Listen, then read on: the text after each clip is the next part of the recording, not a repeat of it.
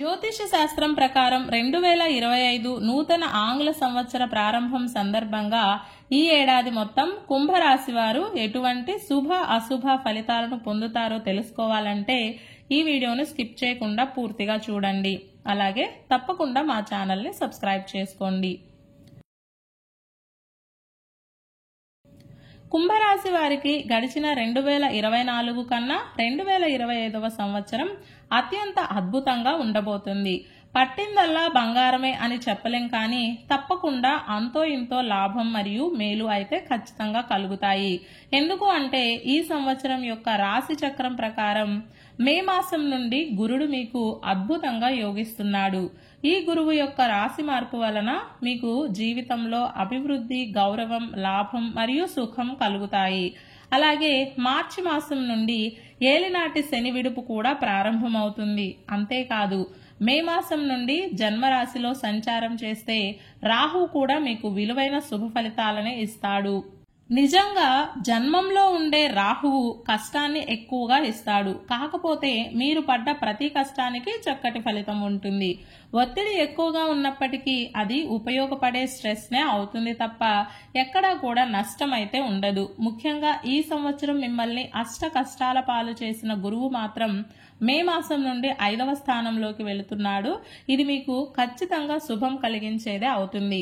ఒక్క ముక్కలో చెప్పాలంటే ఇటు ఏలినాటి శని, అటు గురువు పెట్టే బాధలు రెండూ కూడా ఈ సంవత్సరం దూరం అవుతాయి.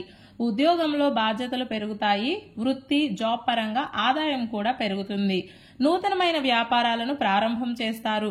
మొత్తం మీద చెప్పాలంటే కుంభరాశి వారికి ఈ ఏడాది మధ్యలో నుండి కాలం అనుకూలంగా ఉండబోతుంది. కాబట్టి ఈ సమయాన్ని తప్పకుండా సద్వినియోగం చేసుకోండి.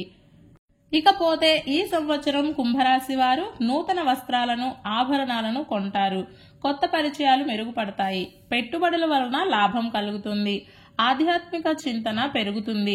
భగవంతుడు మీ వైపు ఉన్నాడు అన్న విధంగా కొన్ని సంఘటనలు చోటు చేసుకుంటాయి. సామాజిక సేవలో పాలు పంచుకుంటారు. విలువైన బహుమతులను అందుకుంటారు. టూర్స్ కి వెళ్తారు. యాత్రలు చేస్తారు.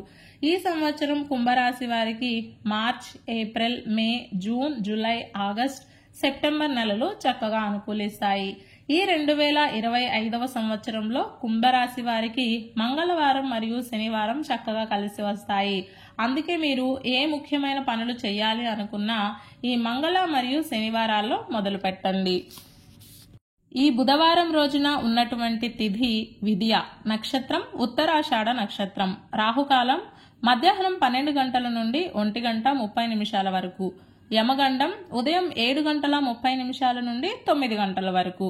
అలాగే ఈ రోజు యొక్క శుభ సమయాలు ఉదయం 9 గంటల 55 నిమిషాల నుండి 10 గంటల 40 నిమిషాల వరకు, తిరిగి సాయంత్రం 4 గంటల 55 నిమిషాల నుండి 5 గంటల 35 నిమిషాల వరకు.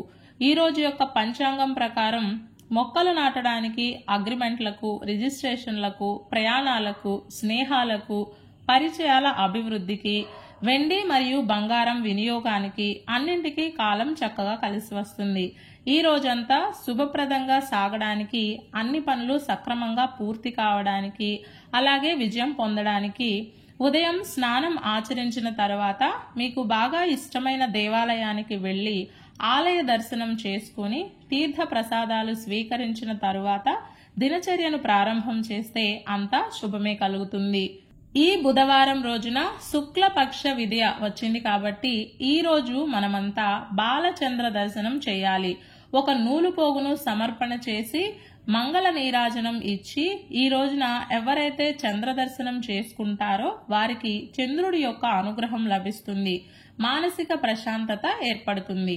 స్థిరమైన సంపదలు కలుగుతాయి. ఈ బుధవారం రోజు మనమంతా ఓం మహా సుదర్శనాయ నమః అనే మంత్రాన్ని పదే పదే జపిస్తూ ఉండాలి. ఈ బుధవారం రోజు సాయంత్రం శ్రీ వెంకటేశ్వర వజ్ర కవచ స్తోత్రం పారాయణం చేస్తే రుణ బాధల నుండి విముక్తి లభిస్తుంది. ఇలాంటి సమాచారం ప్రతిరోజు మీకు అందాలంటే వెంటనే మా ఛానల్ని సబ్స్క్రైబ్ చేయండి.